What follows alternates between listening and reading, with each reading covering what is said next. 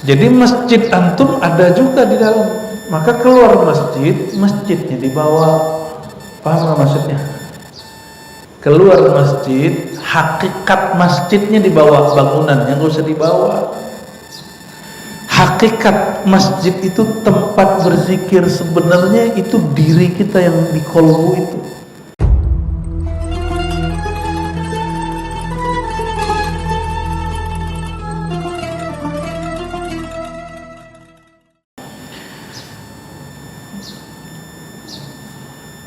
Man akhraja adhan minal masjid banallahu lahu baitan fil jannah. Hadis Imam Ibnu Majah, siapa yang mengeluarkan kotoran dari masjid, dia sama dengan membangun satu istana di surga. Jadi kalau ada kotoran di masjid, jangan nunggu merebot, ngeluarin, kita yang keluarin ya.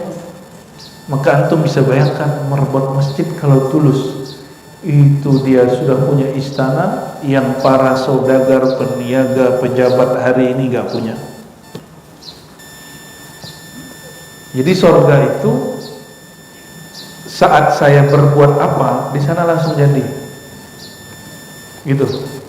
Detik itu langsung jadi. Maka Sayyidina Ibrahim mengatakan, surga itu subur, tapi tanamannya belum ada yang nanam. Maka tanamlah dengan subhanallah, alhamdulillah, Allah akbar, la ilaha illallah. Karena itu juga zikir, itu juga sedekah, ya. Apalagi sedekah materi, itu lebih dahsyat lagi. Sedekah yang membuat orang yang menerimanya berzikir. Atau antum bersedekah dengan cara membersihkan masjid atau tempat orang berzikir. Ini bahasa zahir. Cara makna rohani dari hadis tadi. Siapa yang mengeluarkan kotoran dari masjid? Di pengajian lalu saya menjelaskan, masjid itu tempat sujud, tempat zikir. Tempat zikir hakiki itu bangunan atau kolbu orang yang beriman. Sebenarnya masjid hakiki itu mana? Bangunan, bukankah ada bangunan seperti gereja tapi dia masjid, atau bangunan seperti masjid di Turki ada? Bukan itulah hakikat masjid. Kullu makanin fihi dzukira ismullah. Setiap tempat yang mana di situ disebut nama Allah. Dan hakikat masjid itu tempat qalbu orang ngumpul, nyebut nama Allah subhanahu wa ta'ala. Jadi masjid antum ada juga di dalam. Maka keluar masjid, masjidnya dibawa. Paham gak maksudnya? Keluar masjid, hakikat masjidnya dibawa, bangunannya gak usah dibawa. Hakikat masjid itu tempat berzikir, sebenarnya itu diri kita yang di kolbu itu. Ini dibawa. Dan bayangkan, jika membersihkan satu kotoran di masjid yang zahir membuat surga di rumah, membuat istana di surga, apalagi guru, syekh, mursyid yang bersihin kolbu antum, masjid di kolbu antum dari kebencian, dari iri, dengki. Kira-kira istana seperti apa yang dimiliki di surga? Makanya guru-guru mursyid itu dia punya aset rohani yang banyak, yang ilmunya gak putus-putus, gak habis-habis. Ayat yang sama dijelaskan di waktu yang berbeda akan lain makna. Karena dia punya investasi, bukan di alam ini, yang punya investasi di alam lain sana.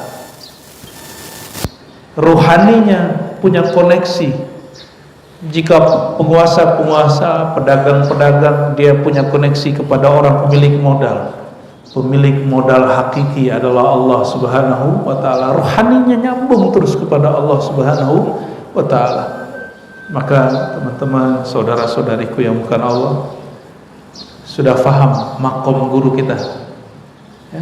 Kalau punya guru, punya kiai, punya mursyid, itulah hebatnya ya. Maka cari mursyid bukan yang memprovokasi biar benci kepada orang. Cari guru yang setiap ngaji nambah cinta, nambah cinta, nambah cinta, nambah cinta, sehingga kolbu kita, lembaran kolbu ini penuh dengan Bismillahirrahmanirrahim, Ar-Rahmanirrahim, Ar-Rahmanirrahim, Ar-Rahmanirrahim sampai mati. Ya. Kasih sayang Allah, kasih sayang Allah, kasih sayang Allah sampai mati. Ya. Yang tidak terbatasi oleh golongan, oleh mazhab, oleh pergerakan, tapi kasih sayang itu mengalir semua. Ya. Sekarang kita masuk ke keutamaan jalan kaki ke masjid.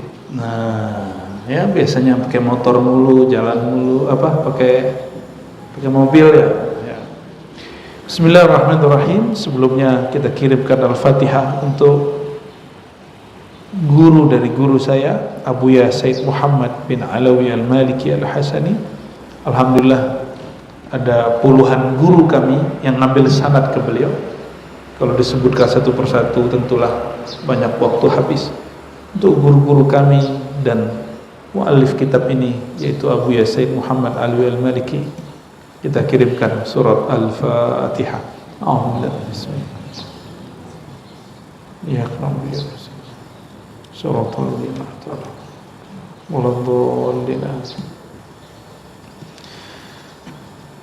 Qala wa minha, di antara keutamaan berjalan kepada menuju masjid. Fa'an Abi Hurairah radhiyallahu ta'ala anhu, diriwayatkan dari Sayyidina Abu Hurairah radhiyallahu ta'ala anhu, qala Rasulullah sallallahu alaihi wasallam, Nabi sallallahu alaihi wasallam bersabda, salatul rajul fi jama'atin tudha'afu ala salatihi fi baitihi wa fi suqihi 25 darajah. Salatul rajul, salatnya seseorang baik laki atau perempuan